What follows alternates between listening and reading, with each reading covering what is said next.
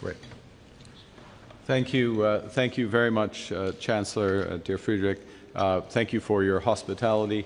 Being here was as enjoyable as it is productive. And, you know, my mind's cast back to when we renewed acquaintances in April of this year, just in April, after we were both elected. We met in Rome, and we discussed how, really in a changing global environment, was creating deep vulnerabilities in terms of collective security, in defense, in supply chains, and how our economies have functioned. And we committed to explore common solutions at that point. And I want to pick up a bit on what the Chancellor has just said, because it shows that we're making progress on exactly those issues. And starting with collective security, it's hard to overstate how important the commitment of Germany, Canada, other NATO partners to the 5% defense spending, the bold leadership of Germany in helping to make your personal leadership and helping to make that happen for NATO as a whole, that 5% commitment. For Canada, to put it in context, this will represent a quadrupling of our defense expenditure between our last budget in 2024 and the end of this decade. Also, with respect to collective security, it matters where we are and how we work, and Germany's commitment in the Baltics and Lithuania. As the Chancellor just said, I will be traveling from here with colleagues to Latvia, where we have over 2,500 troops stationed and have been active over the course of the last decade. And of course, again, and with your leadership through the E3 at the Coalition of the Willing, Canada is participating in broader collective efforts to bring peace and security to Ukraine. Now, we know that peace can only come through strength. That means strength in terms of sanctions against Russia and this illegal war. It means strength in reinforcing Ukrainian armed forces, which we are both doing in terms of materiel.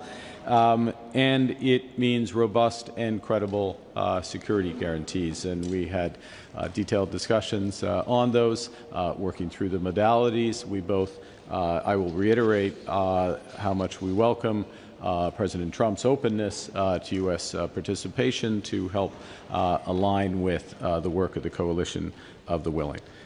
With respect to defense, I just want to say a few words.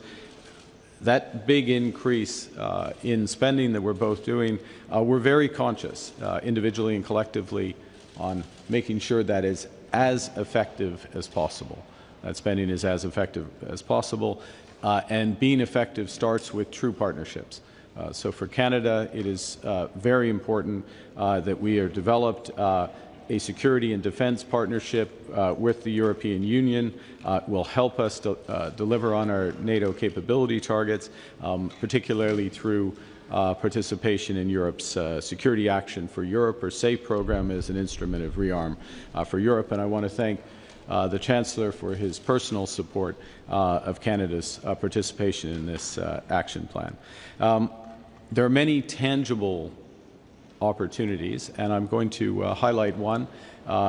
We are announcing today, this morning, that Canada is in the process, we've announced this fact previously, we're in the process of renewing our submarine fleet. So it is one of our most important defense initiatives.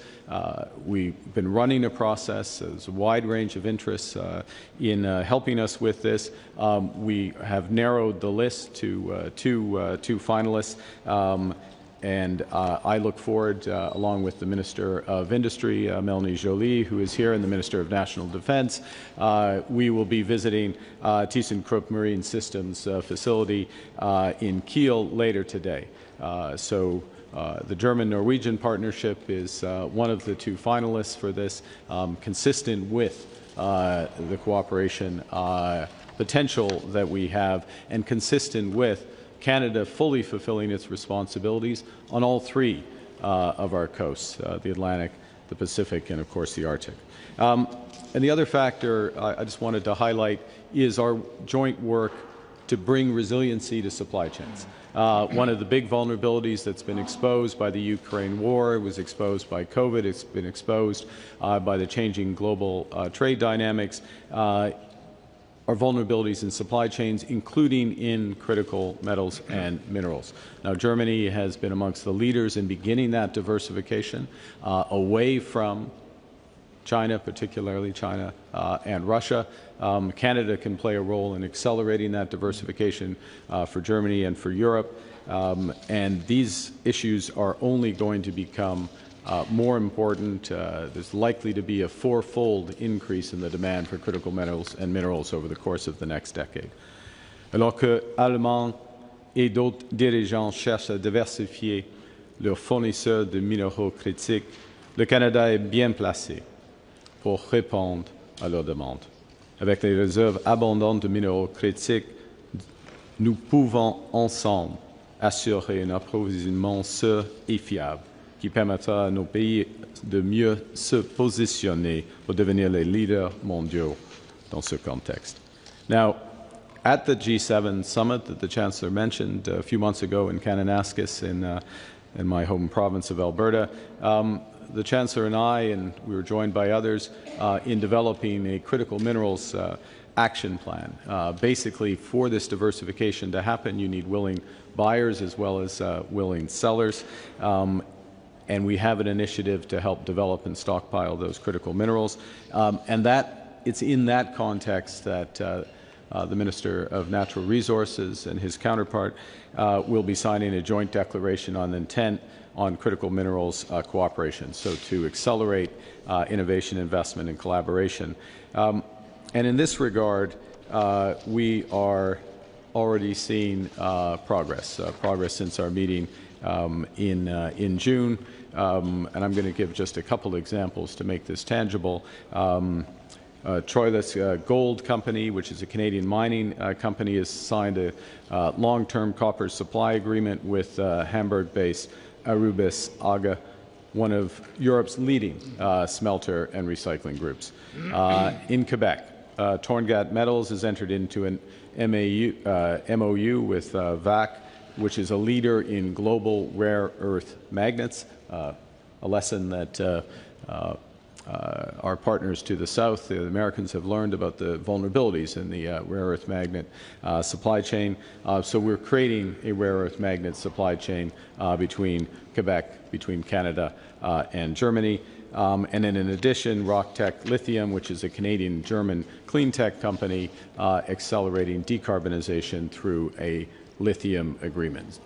So there's high-level declarations of intents, there's action plans, but what really matters is these transactions at the bottom.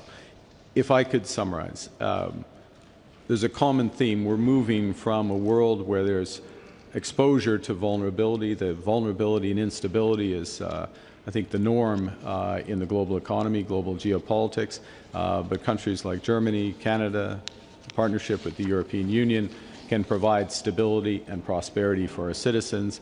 And this, whether it's in what we've worked on today, whether it's providing security guarantees, whether it's Volkswagen's investment in Ontario or Bombardier's an aircraft hub here in Frankfurt, this partnership provides a rock and a foundation for that shared prosperity. So I thank you for your attention, and we look forward to questions. Thank you. Thank you very much.